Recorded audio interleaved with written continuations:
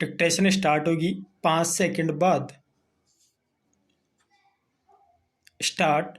अध्यक्ष महोदय, भारत सरकार की सभी देशों के साथ शांति और मैत्री की नीति का अनुसरण करता रहा है और ऐसे अवसरों पर जब भी यह आशा हुई कि हम शांति स्थापना के हेतु कुछ कर सकते हैं, हमारे देश ने जिम्मेदारियों को उठाने में कोई संकोच नहीं किया। कोरिया में मेरी सरकार ने तटस्थ राष्ट्रीय प्रत्यावर्तन आयोग की अध्यक्षता स्वीकार की और युद्धबंदियों के भविष्य के संबंध में अंतिम निर्णय होने तक उनकी देखभाल के लिए संरक्षक सेना वहां भेजी। दुर्भाग्यवश विराम संधि समझौते में सुझाई गई पद्धति के अनुसार कार्रवाई नहीं की जा सकी, जिसके कारण एक कठिन स्थिति पैदा हो गई। कुछ दिनों में ही आयोग अपना काम समाप्त कर देगा और संरक्षण सेना अब धीरे धीरे भारत वापस आ रही है।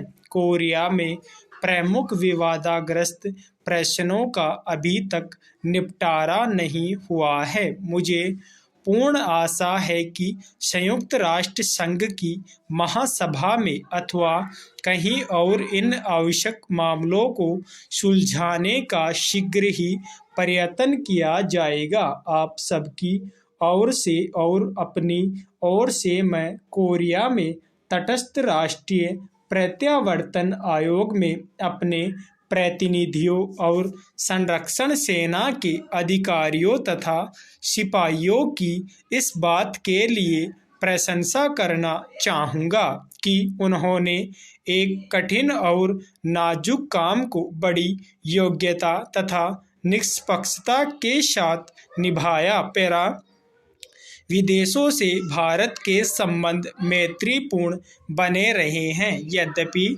कभी कभी गलतफहमियां पैदा हो जाती है। इस समय मेरी सरकार के प्रतिनिधि चीनी गणतंत्र की सरकार से तिब्बत के संबंध में सामान्य हित के विभिन्न मामलों पर बातचीत कर रहे हैं। मुझे पूरी आशा है कि इस बातचीत के परिणाम स्वरूप सभी विशिष्ट समस्याओं के बारे में समझौता हो सकेगा। सोवियत संघ और कई अन्य देशों से हमारी व्यापारिक संधियां हुई हैं। पिछले वर्ष हमारे प्रधानमंत्री पाकिस्तान के प्रधानमंत्री से मिले। ये मुलाकातें मैत्रीपूर्ण थी और इनके फलस्वरूप दोनों देशों के बीच कई एक विवादाग्रस्त मामलों के बारे में जो बहुत दिनों से चले आ रहे थे, पारस्परिक सद्भावना पैदा हो सकी। इस दिन में हम कुछ आगे बढ़े थे, पर दुर्भाग्य से कुछ ऐसी घटनाएं घटी है जिनके कारण प्रकृति में रुकावटें पड़ रही है। मुझे खुशी है कि मेरी सरकार और श्रीलंका की सरकार के बीच श्रीलंका के भारतीय प्रवासियों के प्रश्न पर समझौता हो गया है।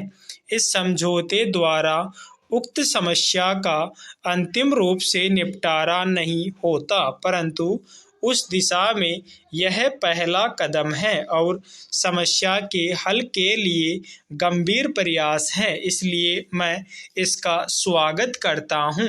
अपने पड़ोसी राष्ट्रों श्रीलंका तथा ब्रह्मा से, जिनके साथ हमारे भौगोलिक ही नहीं बल्कि चिरकाल से सांस्कृतिक संबंध भी है, मैत्रीपूर्ण संबंध को उन्नत करने का मेरी सरकार सतत प्रयत्न करती रही है।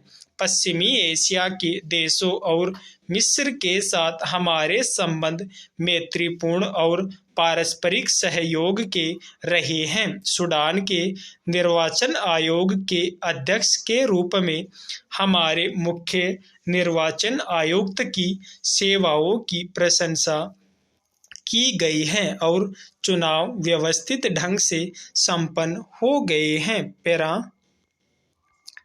अध्यक्ष महोदय, मैं सूडान में स्वाधीनता के उदय का स्वागत करता हूं, जो स्वयंसेव तो सुबह ही चिरकाल से त्रस्त और आजकल भी अनेक संकटों के शिकार अफ्रीकी भूखंडों की भावी उन्नति के लिए भी यह एक शुभ लक्षण है। गत वर्ष इस अवसर पर मेरे अभिभाषण के बाद भारतीय संघ में आंध्र नामक नए राज्य का उदय हुआ है। भारतीय राज्यों में इस अभिवृद्धि का मैं स्वागत करता हूं और नए राज्य की सफलता की कामना करता हूं। भारत में राज्यों के पुनर्गठन की मांग को देखते हुए मेरी सरकार ने इस कार्य के लिए एक आयोग की स्थापना की है, जिसमें योग्य और अनुभवी सदस्य रखे हैं। यह कार्य बड़ा और ऐतिहासिक महत्व का है। इसे वस्तुगत रूप से पूर्ण शांतचित्तता के साथ करना है, जिससे संबंधित क्षेत्रों की जनता का और इसके साथ ही समस्त राष्ट्र का अधिक कल्याण हो सके। मुझे पूर्ण विश्वास है कि इस आयोग के काम में सभी लोग सद्भावना और समझदारी के साथ सहयोग देंगे। हमारे संघ के 2 राज्यों में तिरुवांकुर, कोचीन और पटियाला तथा पूर्वी पंजाब रियासती संघ में आजकल आम चुनाव हो रहे हैं। उपर्युक्त दूसरे राज्य में संविधान सुचारू रूप से नहीं चल सका और नए चुनाव होने तक प्रशासन का कार्यभार मुझे अपने अधीन लेना पड़ा।